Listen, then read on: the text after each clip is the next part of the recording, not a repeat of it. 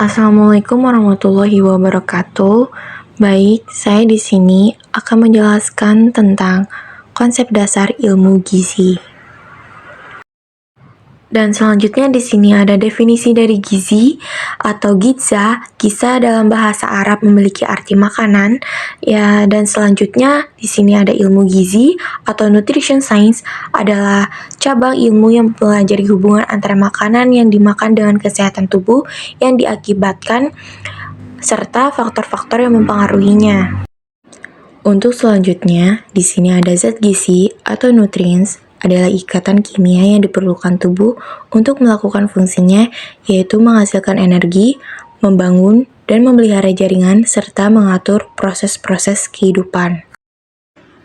Dan di sini ada gizi atau nutrient adalah suatu proses penggunaan makanan yang dikonsumsi secara normal oleh mikroorganisme melalui proses digesti, aborsi, transportasi, penyimpanan, metabolisme, dan pengeluaran zat-zat yang tidak digunakan oleh tubuh.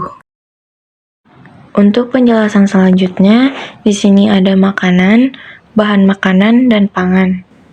Makanan adalah bahan selain obat yang mengandung zat-zat gizi dan unsur-unsur atau ikatan kimia yang dapat diubah menjadi zat gizi oleh tubuh yang berguna bila dimasukkan ke dalam tubuh. Dan yang kedua, ada bahan makanan adalah makanan dalam keadaan mentah. Yang ketiga, pangan adalah istilah umum untuk semua bahan yang dapat dijadikan makanan. Untuk penjelasan selanjutnya, di sini ada masalah gizi. Yang pertama, masalah gizi dalam masalah kesehatan, yaitu tetapi dalam penanggulangannya tidak bisa hanya dengan pendekatan medis.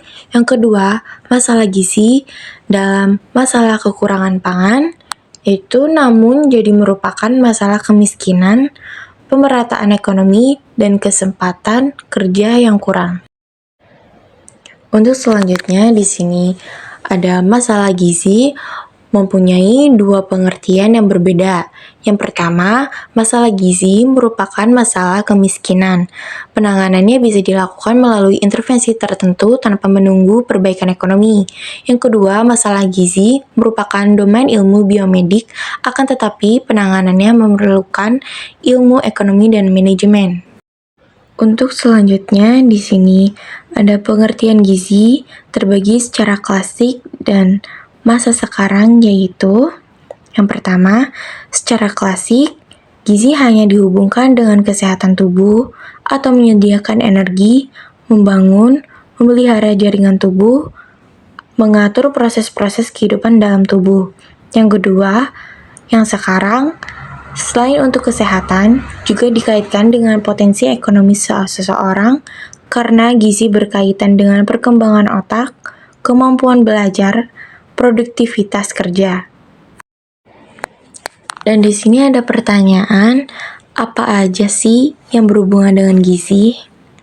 Ya, yang berhubungan dengan gizi tentu saja ada makanan, yang kedua pangan, yang ketiga bahan makanan, dan status gizi. Nah, di sini ada ruang lingkup.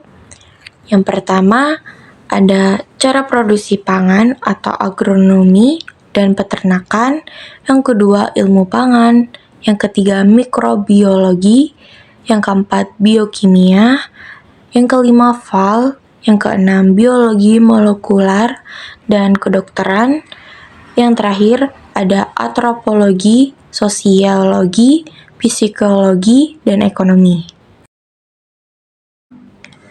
Dan di sini juga ada sejarah perkembangan ilmu gizi yang berdiri sejak tahun 1926. Mary Swartz dikukuhkan sebagai profesor ilmu gizi pertama di Universitas Columbia, New York, Amerika Serikat. Pengakuan pertama ilmu gizi sebagai cabang ilmu yang berdiri sendiri. Dan untuk selanjutnya ada penjelasan dari makanan di zaman purba dan zaman Yunani. Tahun 400 sebelum Masehi, Hippocrates mengibaratkan makanan sebagai panas yang dibutuhkan manusia. Dan pada zaman purba, manusia telah menyadari pentingnya makanan untuk kelangsungan hidupnya. Untuk selanjutnya, ada beberapa penelitian tentang pernafasan dan kalorimetri. Pertama dipelajari oleh Anthony Lavoisier sejak tahun 1743 sampai 1794, mempelajari hal-hal yang berkaitan dengan penggunaan energi makanan yang meliputi proses pernafasan, oksidasi, dan kalorimetri. Kemudian berkembang hingga awal abad 20, adanya penelitian tentang pertukaran energi dan sifat-sifat bahan makanan pokok. Selanjutnya, penemuan mineral. Sejak lama mineral telah diketahui dalam tulang dan gigi. Pada tahun 1808, ditemukan kalsium. Tahun 1808, Boussingault menemukan zat besi sebagai zat esensial. Ringer tahun 1885 dan Locke 1990 menemukan cairan tubuh memerlukan konsentrasi elektrolit tertentu. Baik, untuk selanjutnya, penemuan vitamin awal abad 20. Vitamin sudah dikenal sejak tahun 1887 sampai 1905. Muncul penelitian dengan makanan yang dimurnikan dan makanan utuh. Dengan hasil, ditemukan suatu zat aktif dalam makanan yang tidak tergolong zat gizi utama dan berperan dalam pencegahan penyakit. Pada tahun 1912, Fang mengusulkan memberi nama vitamin untuk zat tersebut. Tahun 1920, vitamin diganti menjadi vitamin dan diakui sebagai zat esensial. Dan yang terakhir, penjelasan terakhir tentang penelitian. Keadaan sekarang, muncul konsep-konsep baru antara lain pengaruh keturunan terhadap kebutuhan gizi, pengaruh gizi terhadap perkembangan otak dan perilaku, kemampuan bekerja dan produktivitas, serta daya tahan terhadap penyakit infeksi. Pada bidang ekonomi pangan ditemukan cara mengolah makanan bergizi, fortifikasi bahan pangan dengan zat-zat gizi esensial, pemanfaatan sifat struktural bahan pangan, dan lain sebagainya. FAO dan WHO mengeluarkan kodeks alimentaris atau peraturan food labeling dan batas keracunan. Dan selanjutnya di sini ada penggolongan zat gizi, yaitu makronutrien. Golongan makronutrien terdiri dari karbohidrat, lemak atau lipida, dan protein. Selanjutnya ada mikronutrien. Golongan mikronutrien terdiri dari mineral, vitamin, dan air. Mineral sendiri ada beberapa macam, yaitu kalsium, fosfor, natrium, kalium, sulfur, klor, magnesium, zat besi, selenium, seng, mangan, tembaga, kobalt, iodium, krom fluor, timah, nikel, silikon, dan arsen. Vitamin terdiri dari vitamin A, vitamin D, vitamin E, dan vitamin K. Dan yang terakhir ada air. Dan selanjutnya ada fungsi zat gizi, memberi energi atau zat pembakar, karbohidrat, lemak, dan protein, merupakan ikatan organik yang mengandung karbon yang dapat dibakar dan dibutuhkan tubuh untuk melakukan kegiatan atau aktivitas, pertumbuhan, dan pemeliharaan jaringan tubuh atau zat pembangun.